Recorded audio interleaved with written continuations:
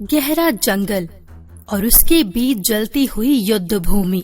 दो सेनाएं आमने सामने खड़ी थी।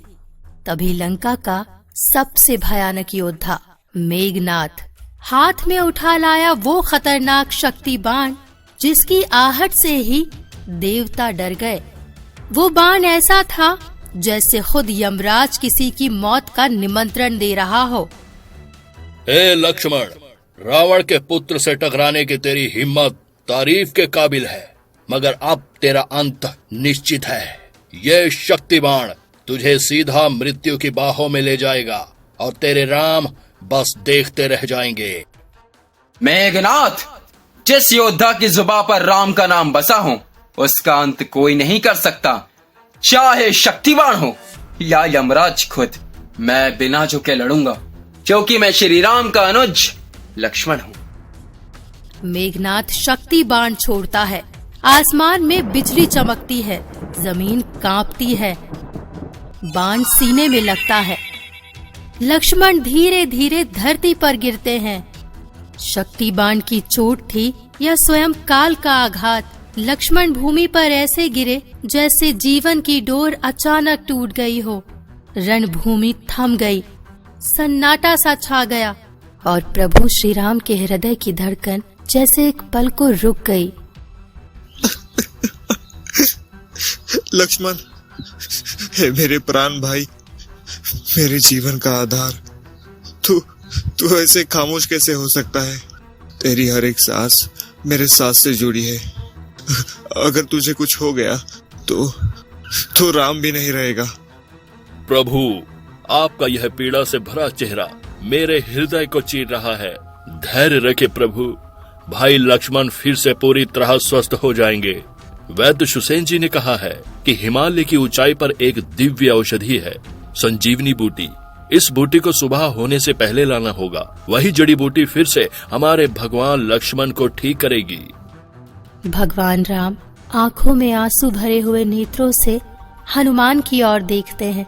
उनका स्वर कांपता है, लेकिन उसमें गहराई और आर्त पुकार है, जैसे एक भाई नहीं पूरा संसार टूट रहा हो।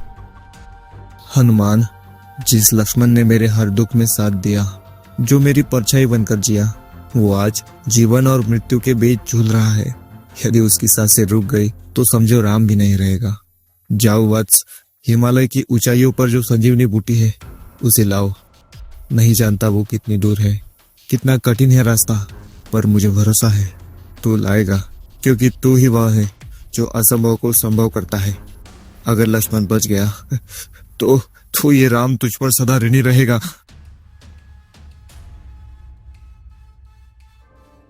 हनुमान जी जैसे ही श्री राम के आदेश पर आकाश की ओर उड़े, उनका सिर्फ एक ही लक्ष्य था, लक्ष्मण को जीवन देना। वे हवा से भी तेज उड़ रहे थे। ना कोई डर, ना कोई रुकावट, सिर्फ समय से पहले हिमालय पहुंचने की बेचैनी। रास्ते में ऊंचे पर्वत, बर्फीली हवाएं, कांटे भरे बादल, कुछ भी उनके संकल्प को तोड़ नहीं सका। आखिर वे उस जगह पहुंचे जहां संजीवनी बूटी होने की बात थी, लेकिन वहां मुसीबत थी। जड़ी बूटियां सब एक जैसी दिख रही थी।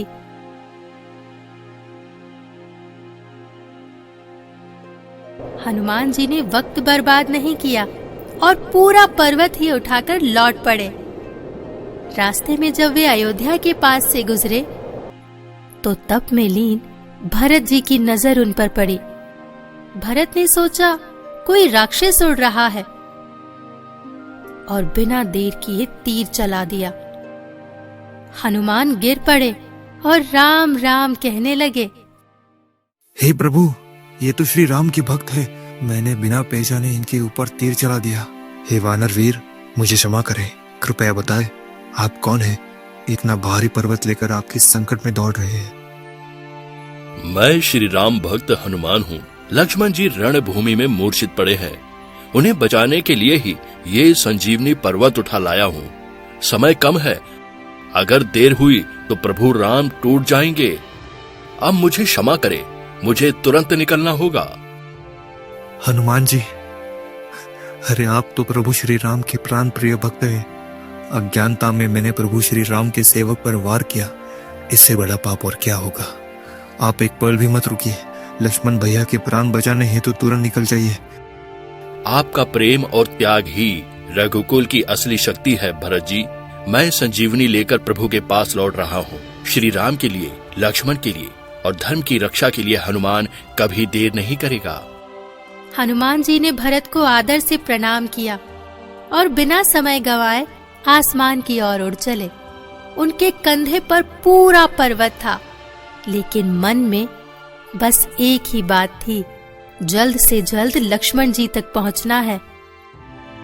जैसे ही हनुमान रणभूमि पहुंचे, वानर सेना उन्हें देखकर खुश हो गई और चारों तरफ जयकारे गूंजने लगे। वैद्य सुषेण तुरंत आगे आए। उन्होंने पर्वत को ध्यान से देखा और पहचान लिया, यही है संजीवनी बूटी। उन्होंने उस खास बूटी को तोड़ा और फिर बहुत सावधानी से लक्ष्मण जी की नाक के पास लाकर वो रस सुंघाया, ताकि उसकी खुशबू सांसों के जरिए अंदर जा सके। और कुछ ही क्षण बाद लक्ष्मण की उंगलियां हिली, उनकी सांसें लौटी और उन्होंने आंखें खोली। भैया, क्या मैं सच में लौटा हूँ? ये आपकी गोद, आपकी भीगी आंखें देख ऐसा लगता है जैसे कि यमराज भी आपकी प्रेम की गहराई देख डर गए हों और मेरी डूबती सांसों को फिर से आपके चरणों में बांध दिया। हाँ लक्ष्मण, तू लौटा है तो सिर्फ इस वानर वीर की वजह से। हनुमान ने यमराज की मर्यादा लांघकर तेरे प्राणों को वापस खींच लाए हैं। आज अगर राम और लक्ष्मण की सांसें चल रही है तो उसका हर श्रेय मेरे प्राण प्रिय भक्त हनुमान को जाता है।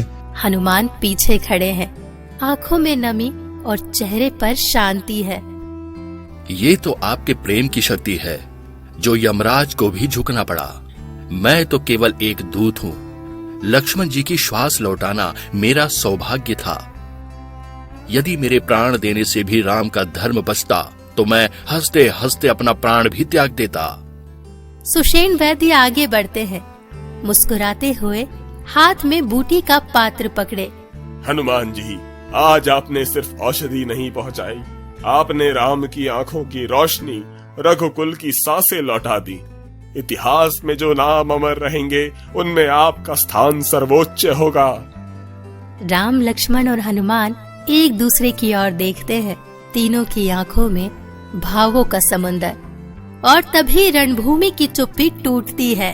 जय श्री राम, जय हनुमान, जय श्री राम, जय हनुमान। रामायण से ली गई ये कथा बताती है कि सच्ची श्रद्धा और संकल्प से असंभव भी संभव हो जाता है।